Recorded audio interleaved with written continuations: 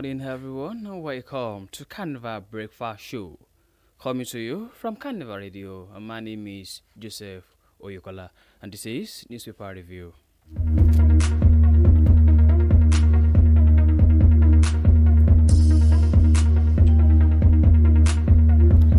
I have different newspaper with me this morning with different touching stories. I have Punch with me. I have Vanguard with me this morning. I have Daily Post. I have The Nation with me this morning. But to begin the news this morning, here are the headlines.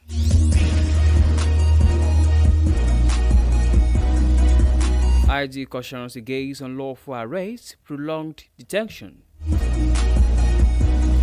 Rivers crisis, Wabara condemns Fubara suspension, Serap sues Tinubu. Nigeria to learn power generation from Egypt, says Minister. Anambra 2025, PDP in limbo as APC Apgar strategize for November 8 polls.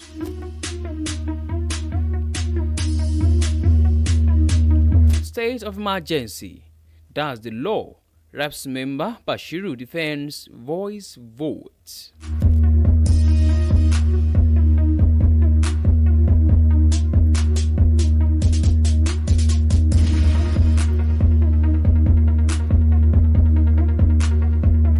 And now to the news in details.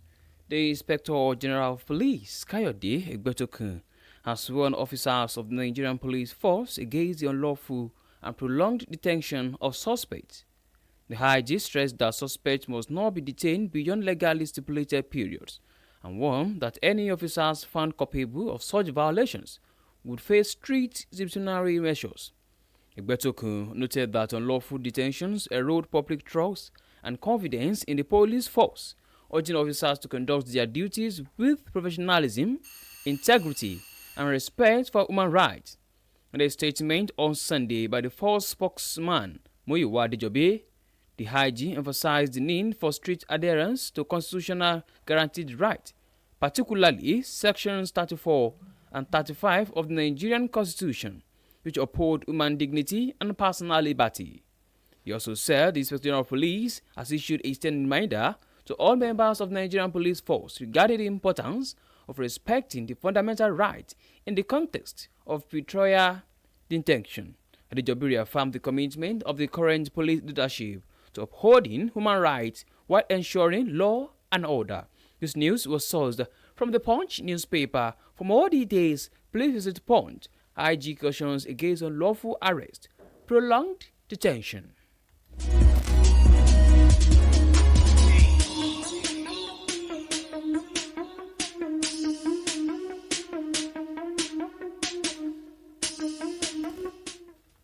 Why?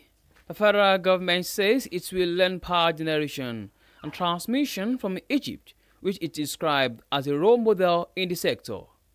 The government also reaffirmed its commitment to rural development through improved electricity access. The Minister of Power, Adebayo Adelabu, disclosed this during a recent meeting in Abuja with the Egyptian ambassador to Nigeria, Mohammed Fahoud. A statement by Adelabu's spokesperson, Bolaji Toji, said on Sunday that the meeting centered on strengthening bilateral cooperation in energy expansion with a focus on renewable energy and rural electrification. Adelabu commended Egypt's achievements in the energy sector, describing the country as a role model in the energy infrastructure development.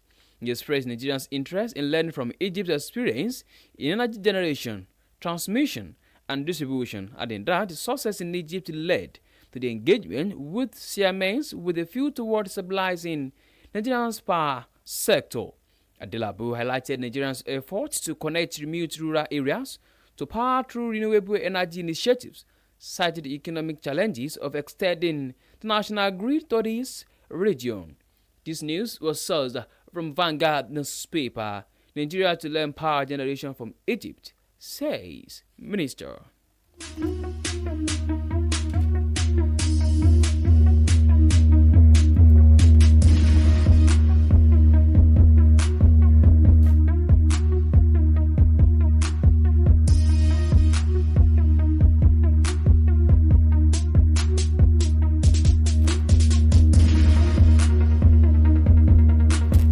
In the meantime, a former Senate President and Chairman of the Board of Trustees of the People's Democratic Party, Adolphus Wabara, on Sunday faulted President Bola Tinubu's decision to declare a state of emergency in Rivers State. In a strongly worded statement on Sunday, Wabara insisted that Tinubu's actions violated the fundamental principles of Nigeria's constitution and called for immediate revisal. Development comes as the Socio-Economic Right and Accountability Project filed a lawsuit against Tinubu, challenging the legality of his decision. The president on Tuesday, March 18, 2025, slammed the state of emergency in Rivers State and suspended Governor Siminalayi Fubara, Deputy Governor Professor Ngozi Hodu, and members of the State of Assembly.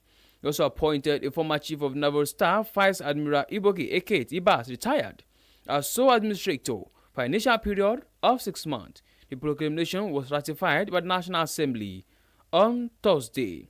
This news was sourced from the Punch newspaper. Reverse crisis. Wabara condemns Fubara's suspension. Serap sues Tinubu.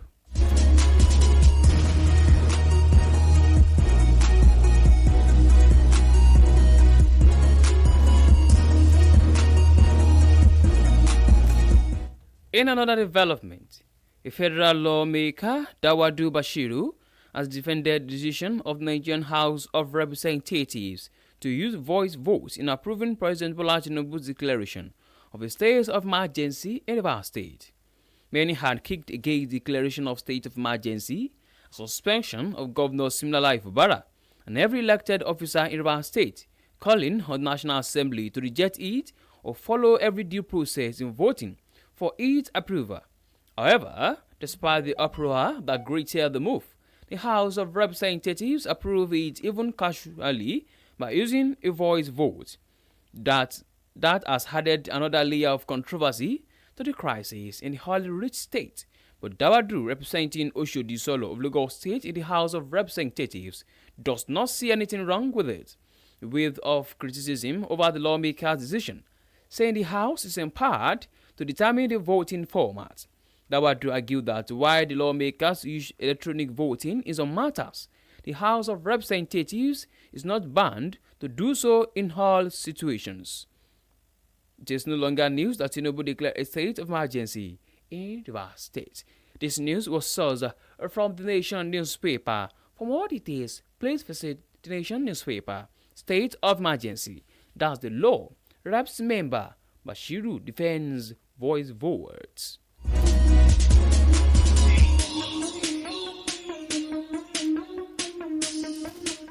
On to the last news on Newspaper Review this morning.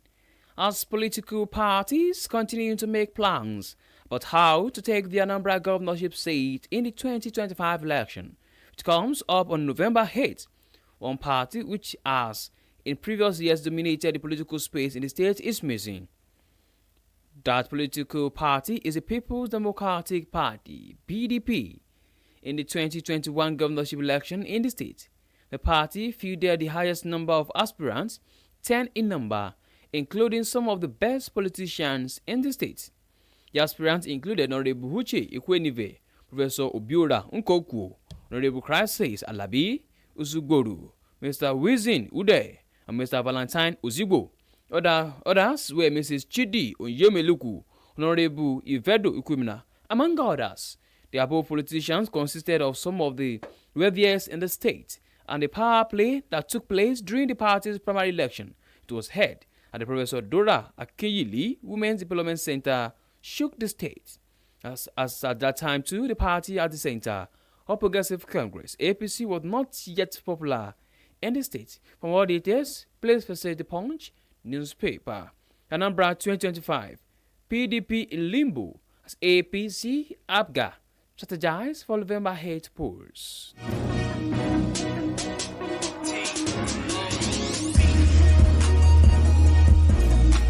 To bring the newspaper review to a close this morning, here is a recap of headlines. IG cautions against unlawful arrest, prolonged detention. Rivers crisis, Wabara condemns Fubara suspension. Sarapsus Tinubu. State of emergency, that's a law. Reps member Bashiru defends voice votes. Nigeria to learn power generation from Egypt, says Minister. Anambra 2025, PDP in limbo as APC, APGA strategize for November 8 polls. And with that, we've come to the end of a newspaper review. Thank you very much for listening. You can download the Carnival Media app from Google Play Store and app iOS. You can also check out our website at www.carnivalmedia.ng. My name remains Joseph Oyokola. Good morning, and please do well to enjoy the rest of your day.